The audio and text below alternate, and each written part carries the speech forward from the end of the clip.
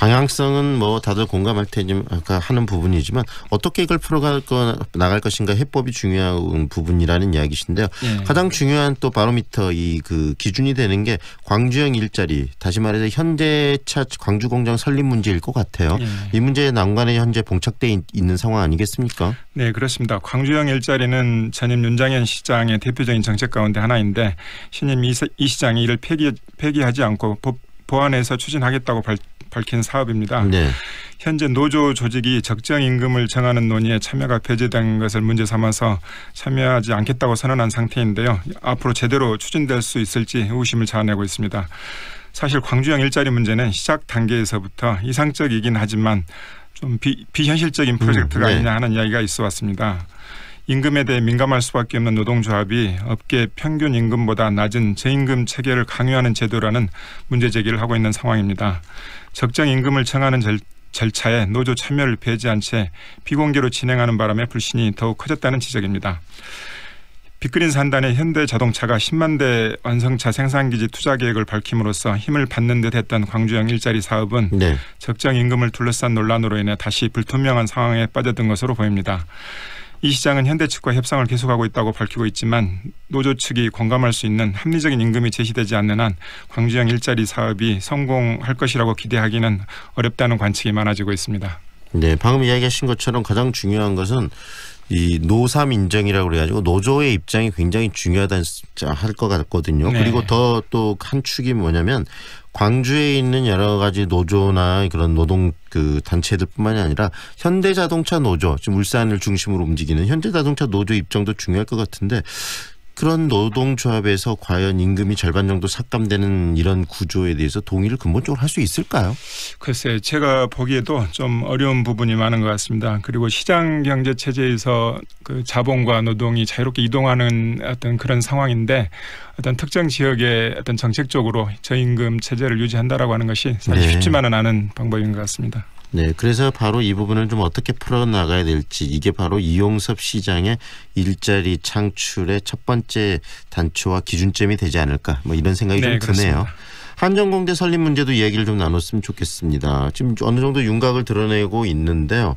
광주 전남의 상생 사업 하나로 좀 끌어가자 이런 이야기도 있는데 위치 선정 문제로 갈등들이 좀 있어요. 네, 한전공대 설립 문제는 광주 전남 공동 혁신도시 사업 하나로 볼 수 있기 때문에 광주 전남과 한전의 공동 사업이 되고 있습니다.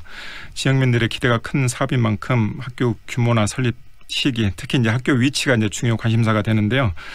지금 학교 규모는 학생 수 1,000명, 부지는 120만 평방미터 규모, 그리고 설립 시기는 2022년 3월까지로 추진되고 있습니다. 그런데 이제 위치 산정과 관련해서 시도 간의 이해관계가 충돌할 수 있는 여지가 남아 있어서 네. 이 문제가 어떻게 풀어갈지 관심의 대상이 되고 있습니다. 네. 그리고 문제는 이런 청사진들이 구체화되기 위해서는 네네. 예, 이 어떤 예산 보완하는 필요로도 보완할 필요가 있는데 이 문제에 대해서도 시도 간에 어떻게 협력을 해 나갈지 그것이 관심사가 되고 있습니다. 굉장히 좀 이게 또 이 상생 협력의 또 하나의 볼 수 있는 관전 포인트가 될 수도 있겠네요. 예, 그렇습니다. 광주시 결국은 중요한 건 이런 많은 부분들 인사를 통해서 또 실현시키는 게 시장의 역할일 텐데요. 본격적으로 산하 기관장 인사가 좀 시작이 됐습니다. 광주도시공사 노경수 사장 후보가 인사청문회 지난 4일 날이었죠. 했고요. 예. 또 벌써부터 여러 가지 지금 이야기들이 되고 있는데 측근 인사 논란이 또 이번에 도시공사 사장 인선에도 있고 그러는데 앞길이 또 앞으로 저기 인사들 계속 있을 텐데 쉬워 보이진 않아요. 예, 그렇습니다. 앞으로 산하기관 단체장 인사들이 이제 줄줄이 예고돼 있고 또 이번에 이제 그 도시공사 사장 인사에 대한 인사청문회가 있었는데요. 이용섭 시장이 그간 누누이 강조했던 것이 어떤 그 본인과 인연보다는 능력을 중요시하겠다 이런 걸 누누이 밝혀왔었는데 네. 인사청문회에서도 그런 문제들이 지적이 됐습니다. 과연 도시공사라고 하는 그 거대 조직을 그 내정자가 잘 이끌어 나갈 수 있는 능력이 있는 것인지 그런 부분에 대한 문제 제기가 많았다고 들었습니다. 네, 문제 제기가 있다라는 것은 의구심도 높다는 이야기인데 그런 문제를 이용섭 시장이 어떻게 풀어나갈지 그 해법이 또 주목되기도 하네요. 네, 그렇습니다. 이용섭 시장 국회의원 장관 등 주로 중앙 정치 무대에서 화려한 경력을 쌓아왔고 또 국회의원으로서 활동을 해왔는데 민선 7기 지방자치단체장으로서 앞으로 이제 본격 본격적인 시작인데 어떤 부분들을 좀 고려하고 4년을 이끌어가야 된다고 생각하시는지도 한 말씀해 주시죠. 예, 이용섭 시장의 경력은 주로 이제 장관, 국회의원 등 주로 이제 중앙 정치 무대에서 경력이 이제 주요 내용인데 이번에 이제 시장의 세 번째 도전에서 성공한 만큼 지방자치단체를 운영하는 경험은 이제 처음인 것으로 보입니다. 이 때문에 시청 등 자신이 지휘하는 공무원들이나 집행부를 감시하고 견제해야 하는 시의회와 관계를 어떻게 풀어나갈 것인지가 이제 관심을 모으고 있습니다. 네. 그런데 최근 이 시장이 공약 사업으로 추진하는 광주 브랜드 상설 공연장 사업이 시의회 심의 과정에서 전액 삭감돼 사업 추진이 중단된 바가 있습니다. 그런데 이제 이 시장은 정부 교부금 10억을 별도로 확보하여 재추진을 한다고 합니다. 네.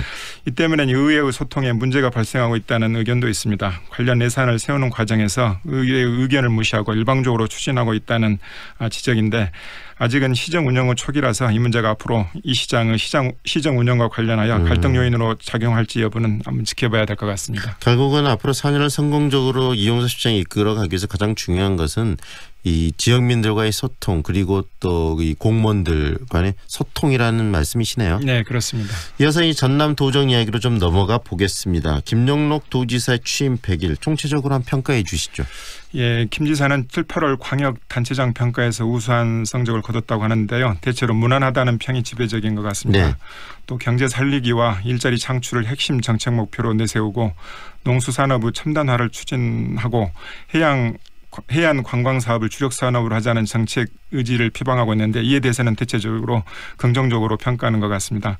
그러나 한편에서는 전임 도지사 시절의 정책과 크게 달라진 점이 없고 1차 산업 중심의 전남이 획기적으로 소득을 늘려 발전할 수 있는 종합적인 비전 제시가 부족한 것이 아닌가 하는 비판적 의견도 존재하는 듯합니다. 네. 취임 3개월이 도정을 파악하고 앞으로의 비전을 세우는 과정이라는 점에서 평가는 아직 이르다고 할 수 있지만 의욕적으로 제시한 청사진들을 구체화하는 실행 능력이 중요한 것이 아닌가 생각이 됩니다.